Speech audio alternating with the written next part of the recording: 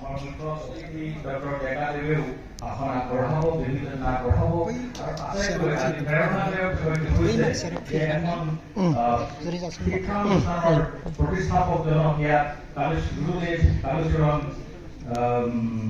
দেৱৰ নামত এটা বঁটা প্ৰদান কৰিব।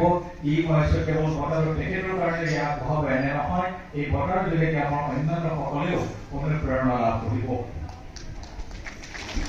মই ভাবোঁ যে কালীচৰণ তেখেতে যেতিয়া ধৰ্মৰ শিক্ষা ল'বলৈ যেতিয়া গৈছিল তেতিয়া ব্ৰাহ্ম সমাজ আছিল, কাৰণ ভাৰতবৰ্ষৰ সেইখিনি সময়ত ঊনবিংশ শতিকাত এখন হ'ল আৰ্য সমাজ, এখন হ'ল ব্ৰাহ্ম সমাজ।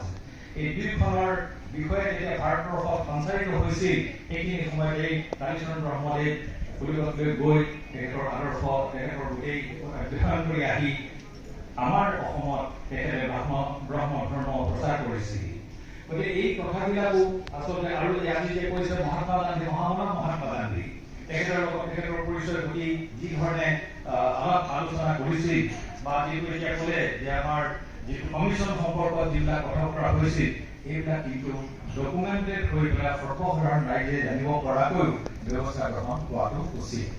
যে নহওক আজিৰ এই শুভক্ষণত এই ধৰণে ব্যৱস্থাৰ আপোনালোকৰ লগত ক'বলৈ পাই মত বিনিময় কৰিবলৈ আনন্দিত হৈছোঁ আৰু মই ভাবিছোঁ এনেধৰণৰ আদান প্ৰদানৰ যোগেদি আমাৰ সমাজখনে বিভিন্ন ধৰণে আগবাঢ়ি যাবলৈ সক্ষম হ'ব আৰু মই আন্তৰিকতাৰে আশা কৰিছোঁ যে আমাৰ সকলো কাম উমৈহতীয়াভাৱে আগবাঢ়ি যদি যাব পাৰোঁ, আমি অসমখনক কেৱল অসমতে আবদ্ধ নাৰাখি বা কেৱল ভাৰতবৰ্ষতে আবদ্ধ নাৰাখি আমি সমগ্ৰ পৃথিৱীবাসীৰ মাজত এটা চহকী এটা অসম দেশ হিচাপে চিনাকি দিবৰ কাৰণে সক্ষম হ'ম।